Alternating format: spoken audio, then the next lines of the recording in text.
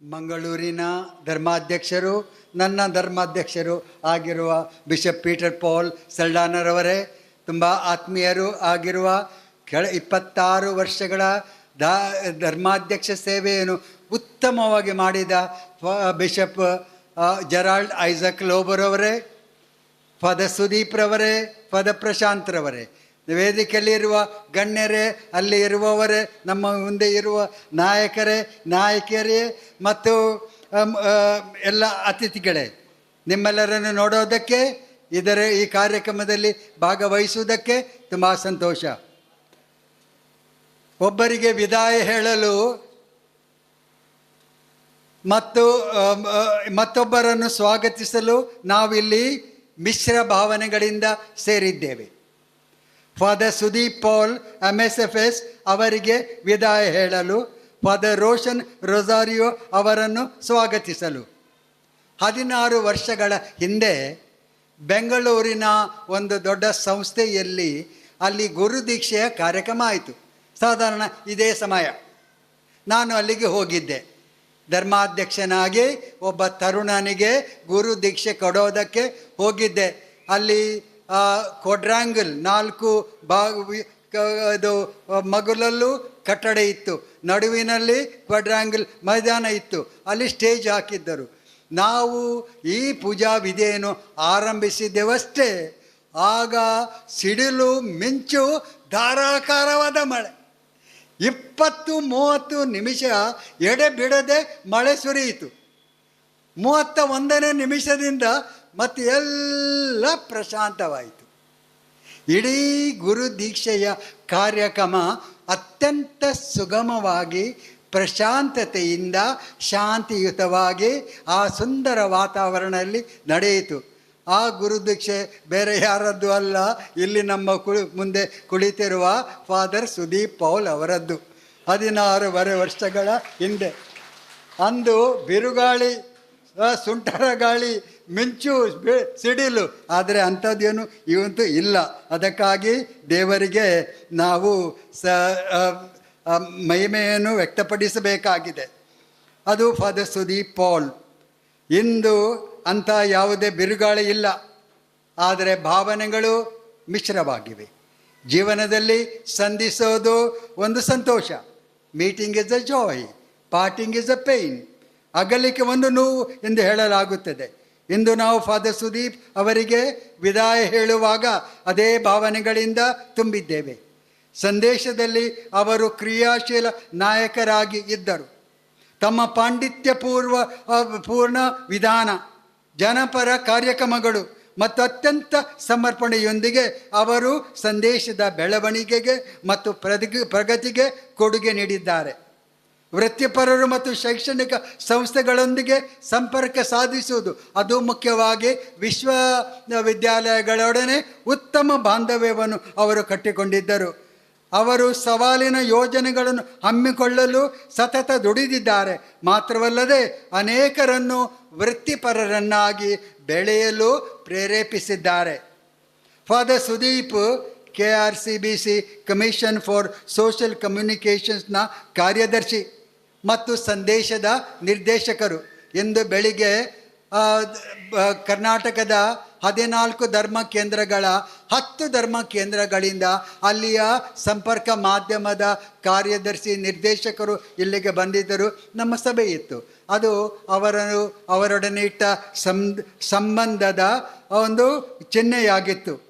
ತಮ್ಮ ಪರಿಣತಿ, ಸಾಮರ್ಥ್ಯ, ಸಹಯೋಗ ಮತ್ತು ನಂಬಿಕೆ, ವಿಶ್ವಾಸದ ಆಧಾರದ ಮೇಲೆ ಅವಿರತ ಶ್ರಮದ ಸಂಸ್ಕೃತಿಯನ್ನು ನಿರ್ಮಿಸಿದ್ದರು.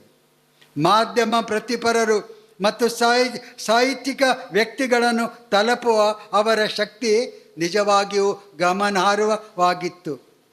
ಫಾದರ್ ಸುದೀಪ್ ತೀಕ್ಷ್ಣ ಬುದ್ಧಿಶಕ್ತಿಯ ವ್ಯಕ್ತಿ, ಮಿಂಚಿನ ವೇಗದಲ್ಲಿ ವಿಷಯಗಳನ್ನು ಗ್ರಹಿಸುವ ವ್ಯಕ್ತಿ, ತ್ವರಿತವಾಗಿ ರೂಪಿಸುವ ಸಾಮರ್ಥ್ಯದೊಂದಿಗೆ ಅವರು ಸಾರ್ವಜನಿಕ ಭಾಷಣ, ಪ್ರೇರಣೆ, ಚಾಲನೆ ಮತ್ತು ಅಷ್ಟು ಮಾತ್ರ ಅಲ್ಲ, ಅಡುಗೆ ಪಾನೀಯ ತಯಾರಿಕೆಯಲ್ಲೂ ಕೂಡ ಪ್ರವೀಣರು ಅವರಿದ್ದಾರೆ.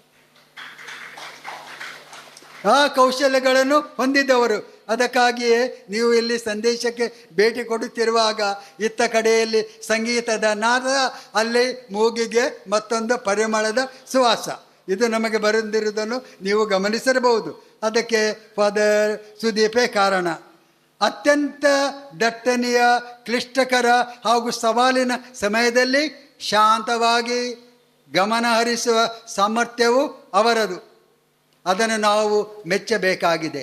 ಹಲವು ಊರುಗಳಲ್ಲಿ ಹೊಸ ಸಂಸ್ಥೆಗಳನ್ನು, ಅಲ್ಲಿ ತಂಡಗುಂಡ ಅಂತ ಊರು ಇದೆ, ಶಿವಮೊಗ್ಗದಲ್ಲಿ ಸಾಗರ ದಾಟಿ ಮುಂದೆ ಹೋಗುವಾಗ ಅಲ್ಲಿ ಒಂದು ಉತ್ತಮ ಸಂಸ್ಥೆಯನ್ನು ಹುಟ್ಟಿಹಾಕಿದ್ದಾರೆ.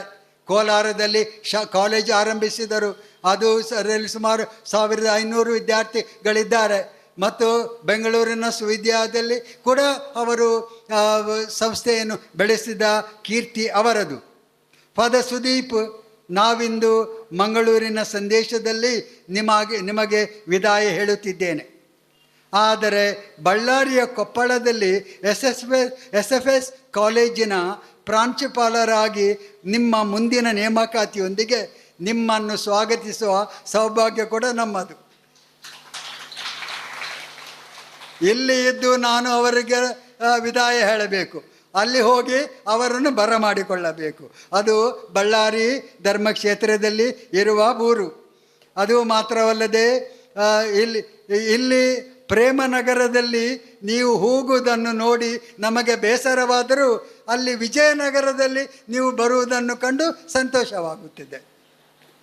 ಪ್ರಿಯ ಫಾದರ್ ಸುದೀಪ್, ನೀವು ನಮಗಾಗಿ ಮಾಡಿದ ಎಲ್ಲದಕ್ಕೂ ನಿಮಗೆ ಧನ್ಯವಾದಗಳು.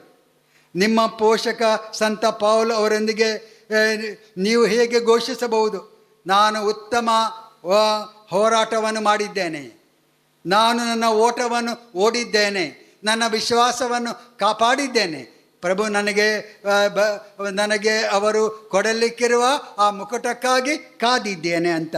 ಹಾಗೆ ಉತ್ತಮವಾಗಿ ಸೇವೆ ನಿಮ್ಮದು ಆಗಿತ್ತು. ನಿಮ್ಮ ಭವಿಷ್ಯದ ಜವಾಬ್ದಾರಿಗಳಲ್ಲಿ ನಿಮಗೆ ಸಂಪೂರ್ಣ ಶುಭ ಹಾರೈಸುತ್ತೇವೆ. ದೇವರು ನಿಮ್ಮನ್ನು ಜೀವನದ ಸಂತೋಷ ಮತ್ತು ಸೇವೆಯಲ್ಲಿ ಫಲಪ್ರದತೆಯನ್ನು ಕೊಟ್ಟು ಅಭಿಷೇಕಿಸಲಿ. ಪ್ರಿಯರೇ, ದೇವರು ಯಾವಾಗಲೂ ಸರಿಯಾದ ಸಮಯದಲ್ಲಿ ಸರಿಯಾದ ಜನರನ್ನು ಸರಿಯಾದ ಜವಾಬ್ದಾರಿಗಳಿಗೆ ಕೊಡ್ತಾರೆ. ಒಬ್ಬ ಸುದೀಪ್ ಹೊರಗೆ ಹೋಗುವಾಗ ಮತ್ತೊಬ್ಬ ರೋಷನ್ ಒಳಗೆ ಬರುತ್ತಿದ್ದಾರೆ. ನೋಡಿ ದೇವರು ಹೇಗೆ, ಅಲ್ಲಿ ಬೆಳಕು, ಈ ಸುದೀಪದಿಂದ ಬೆಳಕು, ಇಲ್ಲಿ ರೋಷಣೆಯಿಂದ ಬೆಳಕು ಬರ್ತಾ ಇದೆ. ಒಬ್ಬ MSFS ನಿರ್ಗಮಿಸುವಾಗ ಮತ್ತೊಬ್ಬ ಕಪುಚಿನ ಒಳ ಪ್ರವೇಶಿಸ್ತಾನೆ. ಫಾದರ್ ರೋಷನ್ ಅವರನ್ನು ನಾವು ಅತ್ಯಂತ ಸಂತೋಷದಿಂದ ಸ್ವಾಗತಿಸ್ತೇವೆ. ಅವರ ಬಗ್ಗೆ ಮುಂದೆ ಕೇಳಲಿಕ್ಕಿದ್ದೀರಿ ನೀವು. ಅವರು ಕೂಡ ಸಾಮಾನ್ಯ ವ್ಯಕ್ತಿ ಅಲ್ಲ. ಆ ಸಂದೇಶಕ್ಕೆ ಒಬ್ಬ ಸೂಕ್ತ ನಿರ್ದೇಶಕರನ್ನು ನೀಡಿದ್ದಕ್ಕಾಗಿ ಅವರ ಪ್ರಾಂತೀಯ ಮುಖ್ಯಸ್ಥರಾದ ಫಾದರ್ ರಾಬಿನ್ ವಿಕ್ಟರ್ ಡಿಸೋಜಾ ಅವರಿಗೆ ನನ್ನ ಧನ್ಯವಾದಗಳು ಮತ್ತು ಅಭಿನಂದನೆಗಳು.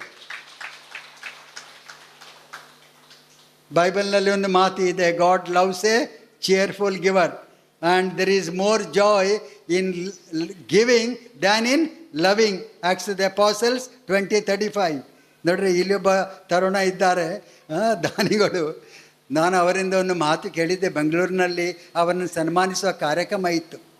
ಅವರು ತಿಂಗಳಲ್ಲಿ ಒಂದು ಸಲ ಏನೋ ಅಥವಾ ಹಲವು ಸಲ ಗೊತ್ತಿಲ್ಲ ನನಗೆ, ಅವರು ಚೆಕ್ ಬರೀತಾರೆ ದಾನ ಮಾಡಿ, ಏನೂ ಅಪೇಕ್ಷಿಸದೆ. ಅವರಿಂದ ಹೇಳಿದ ಮಾತು,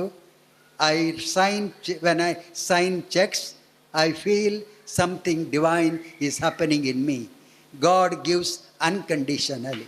So I am giving unconditionally. Michael, we salute you for this. Unconditional giving and unlimited giving. May God bless you abundantly. ಸರಳವಾದ ಜೀವನ ನಡೆಸಿಕೊಂಡು ದಾನ ಮಾಡ್ತಾ ಇದ್ದೀರಿ. ಇವತ್ತು ನಿಮಗೆ ಸತ್ಕಾರ ಅಲ್ಲ, ಅವರಿಗೆ. ಆದರೂ ನಾನು ಹೇಳುವಂಥದ್ದು, ಫಾದರ್ ರಾಬಿನ್ ಕೊಟ್ಟದ್ದರಿಂದ ನಿಮಗೆ ಏನೂ ಕಡಿಮೆ ಆಗೋದಿಲ್ಲ. ಇಲ್ಲಿ ನಿಮ್ಮವರ ಸೇವೆ ಬೆಳಗಲಿ. ಈ ವರ್ಷ ಸಂತ ಫ್ರಾನ್ಸಿಸ್ ರವರ ವರ್ಷ, ಜಾಗತಿಕವಾಗಿ ಸಂಭ್ರಮಿಸುವ ವರ್ಷ. ಆ ಫ್ರಾನ್ಸಿಸ್ ರವರು ಎಲ್ಲ ಜನರೊಡನೆ, ವೈರಿಗಳೊಡನೆ ಮತ್ತು ಪ್ರಾಣಿ ಪಕ್ಷಿಗಳೊಡನೆ ಮತ್ತು ಸೂರ್ಯ ಚಂದ್ರರೊಡನೆ ಮಾತಾಡಿದವರು. ಅಂದರೆ ಎಲ್ಲರೊಡನೆ ಸಂಬಂಧ ಬೆಳೆಸಿದವರು. ಹಾಗೆ ಆಗಲಿ ಅಂತ ನಾನು ಶುಭವನ್ನು ಕೋರುತ್ತೇನೆ. ಮತ್ತು ಈ ಸಂದೇಶದ ಅನನ್ಯತೆ ಇಷ್ಟೇ, ಎಲ್ಲರನ್ನು ಸೇರಿಸಿ ನಾವು ಒಟ್ಟಾಗಿ ಸಾಗುವುದು. ಯಾಕೆ? ಮನುಜರೆಲ್ಲರೂ ಮಾನವರು, ಸಹೋದರ ಸಹೋದರಿಯರು. ಇದನ್ನು ಪೋಪ್ ಫ್ರಾನ್ಸಿಸ್ರವರು ಹೇಳಿದ್ದುಂಟು, all are brothers and sisters. ನಿಜವಾದ ಆಲ್ ಆರ್ ಬ್ರದರ್ಸ್ ಅಂದರೆ ಎಲ್ಲರೂ ಸಹೋದರರು ಸಹೋದರಿಯರು. ಅದನ್ನು ನಾವು ಪರಿಗಣಿಸಿಕೊಂಡು ಬಾಳೋಣ.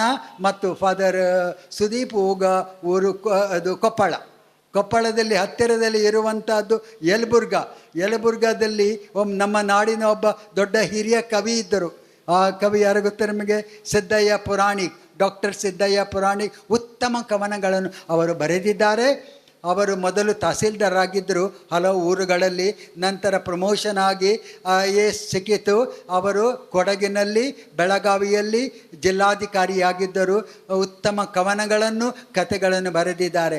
ಅದರಲ್ಲಿ ಅವರು ಹೇಳುತ್ತಿದ್ದಾರೆ ಒಂದರಲ್ಲಿ, ನೀನು ಓದಿ ಬ್ರಾಹ್ಮಣನಾಗು, ಕಾದಿ ಕ್ಷತ್ರಿಯನಾಗು, ಶೂದ್ರ ವೈಶ್ಯನೇ ಆಗು, ನೀನು ಏನಾದರೂ ಆಗು, ಮೊದಲು ಮಾನವನಾಗು ಅಂತ. ಇದು ನಾವು ಗಮನಿಸಬೇಕಾದ ವಿಷಯ. ಇದರ ಮೂಲಕ ಈ ಸಂದೇಶ ಬೆಳಗಲಿ. ಫಾದರ್ ರೋಷನ್ ಮತ್ತು ಫಾದರ್ ಸುದೀಪ್ ಅವರ ಸೇವೆ ಇಲ್ಲಿ ಪರಿಣಾಮಕಾರಿ ಆಗಿ ಪ್ರವರ್ಧಿಸಲಿ. ನಿಮ್ಮ ಮತ್ತು ನಮ್ಮ ಸಹಕಾರ ಅವರಿಗೆ ಸದಾ ಲಭಿಸಲಿ. ಇಬ್ಬರಿಗೂ ಶುಭಾಶಯಗಳು, ಧನ್ಯವಾದಗಳು.